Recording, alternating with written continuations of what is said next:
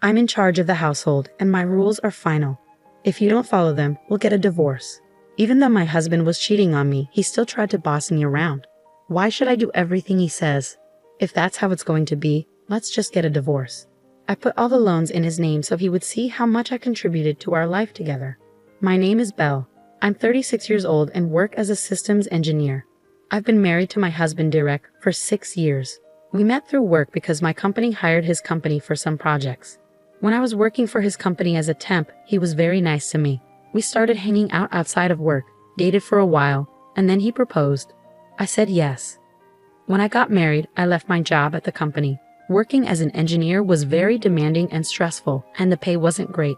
I was worried that if I kept working like that, I wouldn't have enough time for my husband, and our relationship would suffer. So I decided to become a freelancer. This way, I could have more time for household chores and to be with my husband. At first, freelancing didn't make much money, but I had engineering experience. Gradually, I got more clients and my income grew. I was surprised at how quickly things improved and was thankful for my husband's financial support during that time. I worked hard on housework, even though cooking wasn't my strong point. I used recipe books to try different meals to keep my husband happy. "Thanks for cooking and cleaning. It really helps me out," he said. His praise made me feel good. In the beginning, we respected each other and had a happy life. But after a few years, my husband suddenly suggested, "Isn't it time for us to get a new house?" Huh? A new house? I was shocked when my husband brought it up. He's not the type to save money. "Well, shouldn't we save a bit more first?" I asked. "What are you talking about? I earn a good income, don't I?" "Oh yeah, but we haven't had any financial issues since we got married," I said, even though I wanted to mention that it was because of my income too. Although he gave me money for household expenses, he always used up his own allowance before payday. So I saved as much as I could from my own freelancing income and added it to our budget. That's how we managed to live comfortably without any financial problems. I was thankful for his income when we first got married, which is why I didn't tell him that my freelancing income had grown. I didn't want to hurt his feelings by revealing how much I was actually making. Even if I felt like we might have spent too much, our lifestyle hadn't changed. I realized my income had probably increased and wondered if my husband didn't fully understand his own finances. I was surprised by his excitement about building a new house, and I didn't know how to stop him. "What kind of house are you thinking of?" I asked, trying to find a way to build something affordable while considering his preferences. But he kept adding more and more features. "If we want to include all of these, the house will be very expensive," I said. "It's not a big deal. It's a once-in-a-lifetime purchase, and my income should cover it, right?" he replied. I was puzzled about how he came to that conclusion. I regretted not telling him about my increased income and decided it was time to do so to help him understand. "Derek, about the household expenses, I actually contribute a significant amount from my income too," I said. For some reason, he didn't believe me. "Come on, don't be so slow about this." "I'm not lying," I insisted. I wanted us to buy a more affordable house, but my husband didn't listen.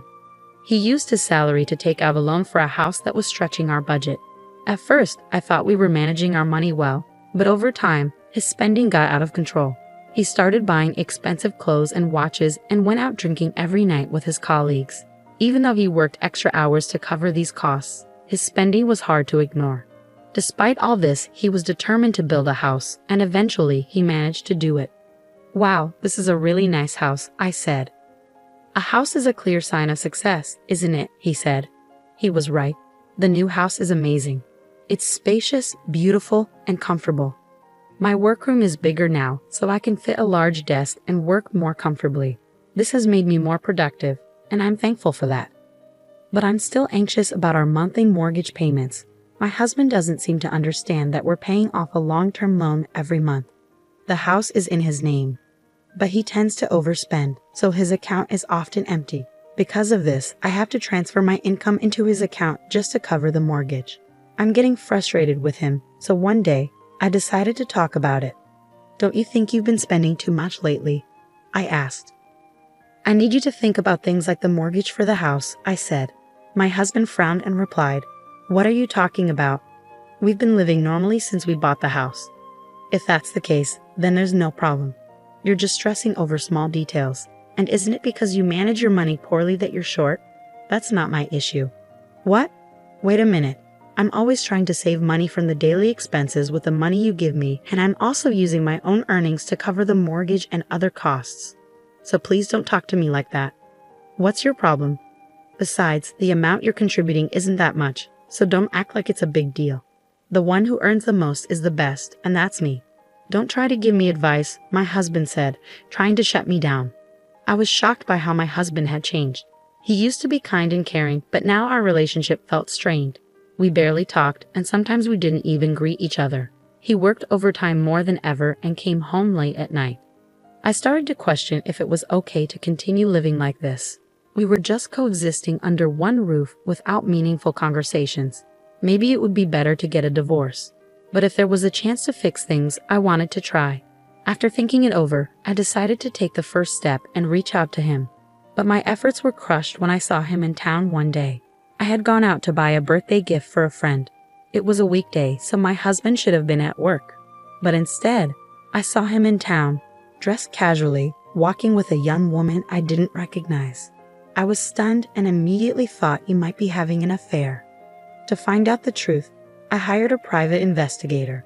After about 3 weeks, I got the results and went to the detective agency.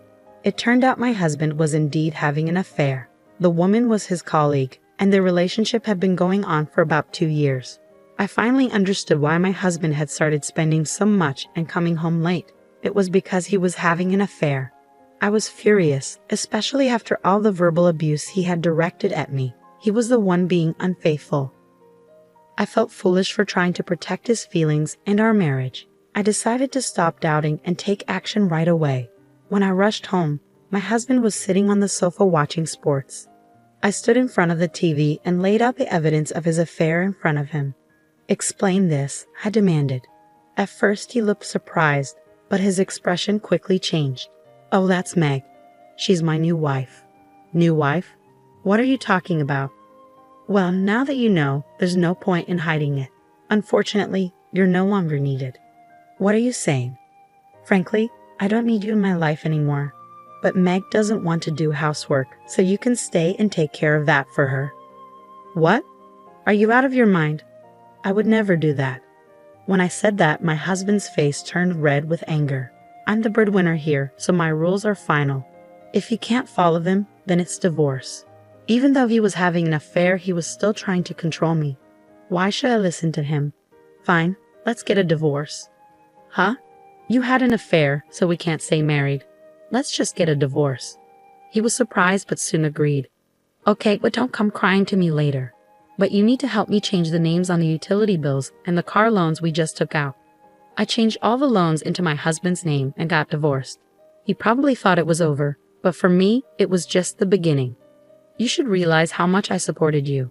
The day after the divorce was finalized, I was already settling into my new apartment. Then, I got a bunch of calls from my ex-husband. Since he hadn't paid me any compensation yet, I hadn't blocked his number. When I answered, he sounded flustered and said he needed to talk. I reluctantly agreed to meet him at a cafe, but he showed up with his mistress. "Well, you two seem to be getting along. What's this about? Why didn't you tell me?" I asked. He looked upset and said, "Every month, I'm getting hit with a huge amount for loans. Why are the food expenses, car loans, utilities, and everything else so high? What are you trying to do by leaving all that on me? I divorced you and moved out, so it's only fair.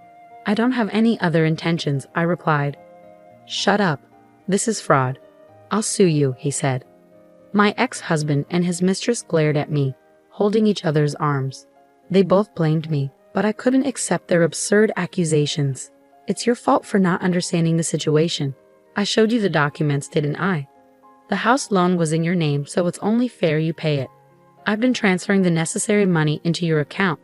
How could you, with your small income, cover all that?" As someone with a poor grasp of the situation, I explained calmly. I was working as a freelance engineer and making around $200,000 a year. "Is that true?" he asked, clearly shocked by how much I was earning compared to him. It didn't matter if he was surprised or not. What mattered was that I hadn't received proper compensation yet, so I planned to pursue it through a lawyer. "Are you trying to swindle money from us?" he demanded. "I'm just claiming what's rightfully mine. I'll also be making claims against your mistress," I said. I received compensation from both of them for the emotional distress they had caused me.